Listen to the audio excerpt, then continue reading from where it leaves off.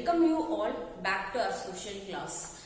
We are dealing with the chapter in geography, that is lifelines of Indian economy.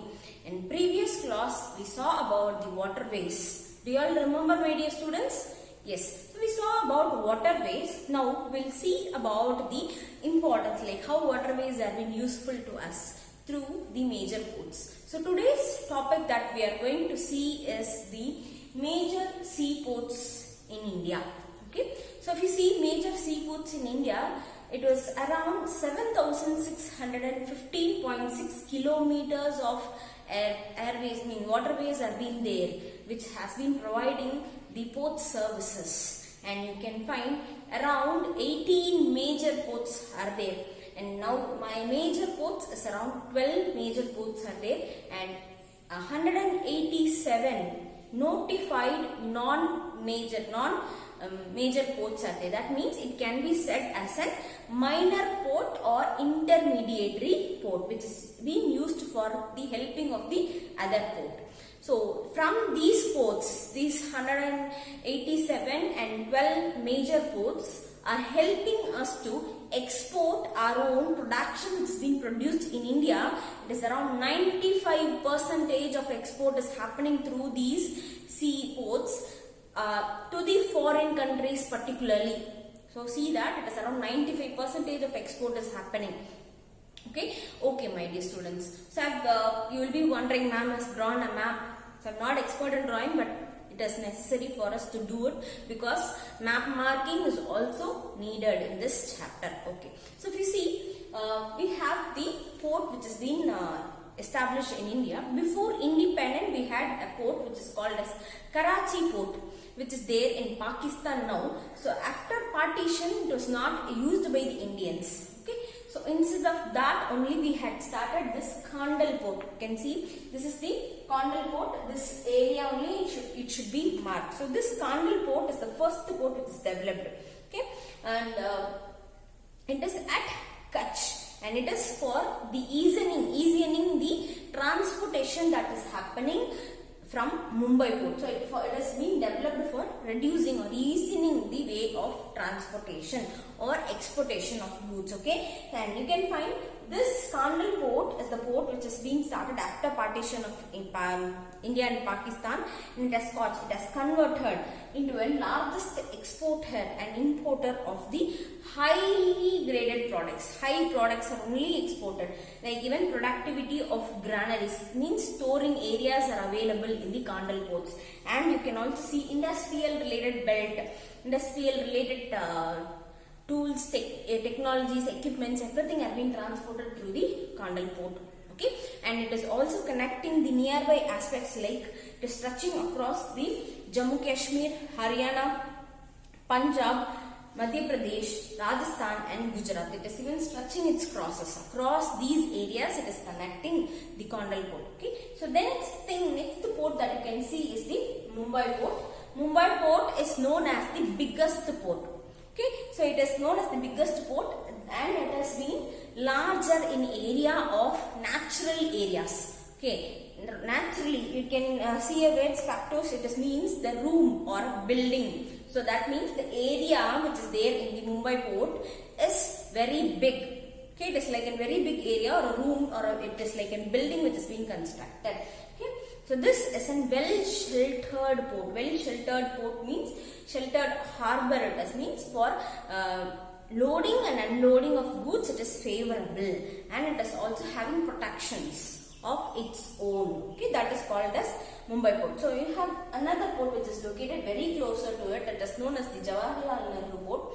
It has been started in order to decongest. What is mean by decongest? You can find congesting means it is too much of a crowd is in that area. So decongesting means to reduce the decongesting that is happening in the Mumbai port.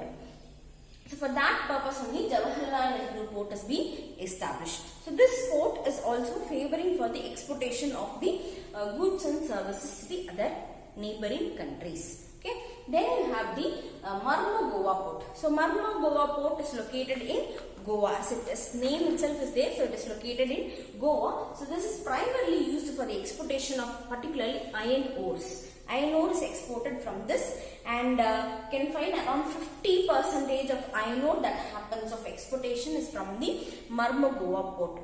And you have this New Mangalore port.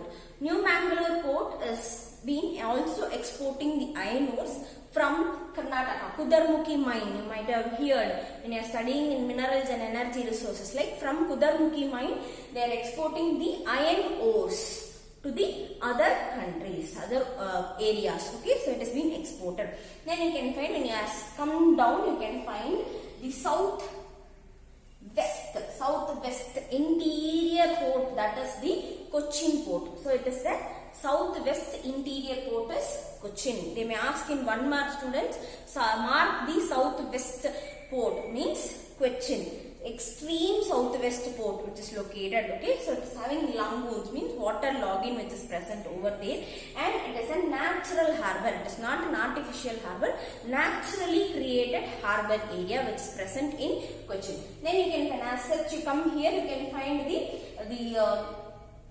southeast we have the Toothcrane port. So Toothcrane port is located. In this Toothcrane port also will be asked, like, mark the extreme southeastern port, means you are supposed to mark the Toothcrane port. So this Toothcrane port is also a natural harbour and rich hinterlands. Hinterlands means a facility which is provided naturally by the environment to station the ships and load and unload the goods. Rich and hinterlands means like it is protected very well without any entry of other external forces into it. That is the third thing. Then you can find from here also we have lot of iron ores is being exported. And from Toothcrane port we have been exporting the products to the nearby islands, that is Sri Lanka and Maldives. To that also we are exporting the products. Then you have the Chennai. Chennai is the artificial port which has been oldest artificial port which has been created. So mark the oldest artificial port in the map. If they are asking, you are supposed to mark Chennai. Okay students. So Chennai is the oldest artificial port which has been developed and it has been ranking next to Mumbai. So Chennai port has been ranking. When you are ranking, you can find that next to Mumbai, Chennai is the area or the port which is exporting large amount of goods and services. And you can find this, their volume of trade and cargo is really high, huge in number. Then you have the Visakhapatnam port. So Visakhapatnam port is the port which is being known as the deepest landlocked port. Landlocked port means the area which is surrounded by the land areas itself. Certain harbors are there where you have water bodies which is being surrounded, but here it is a landlocked area. Like imagine here, no, these areas, no, this is a land area which is being favoring them to station these ships and they can transport or export the goods. So it is known as the landlocked area which is being suitable for the transportation through the waterways. Okay, then you can find this. The very well deepest landlocked port and well protected port it is. Okay, so if they are asking you to mark the deepest landlocked port, it is Visakhapatnam port which you are supposed to mark. Then you have the port which is known as the Paradip. Paradip is the port which is being developed in order to reduce the burden of the Kolkata port. So Kolkata port is also here. So you can find it has been developed in order to reduce the burden of the Kolkata port, and it is a riverine port. Mark the riverine port means Kolkata port you are supposed to mark here. Okay, so here Kolkata port you are supposed to mark.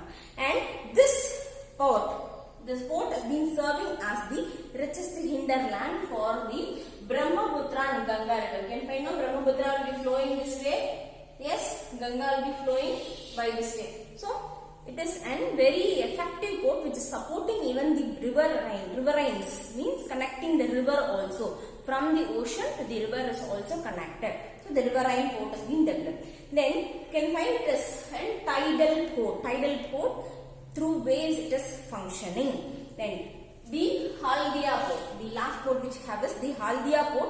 This port is being developed to reduce subsidy of the Kolkata port. This is also being started in order to reduce the burden of the Kolkata port only. So it has been an relief relief which will be created in the Kolkata port, because Kolkata port is the port only exporting the high amount of high volume of trade, okay, that was being developed. So this Pardia port as well as the Haldia port is being developed in order to reduce the burden as a subsidy port. So they may ask you, name the port or mark the port which has been the subsidy for the Kolkata port. That means Haldia port you are supposed to mark.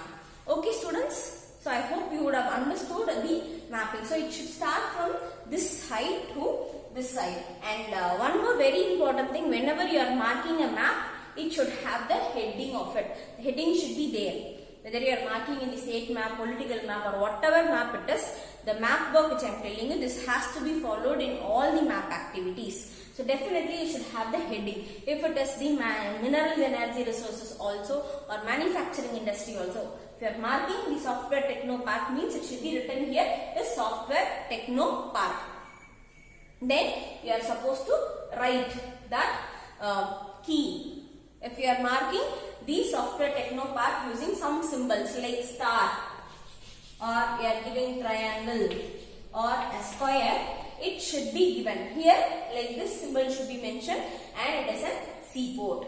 And if it is star software park, software techno park, it should be mentioned. So these are the very important aspect which you are supposed to follow when you are doing the map. Okay students, I hope you would have understood it, and we'll see in the next class. Okay students, thank you.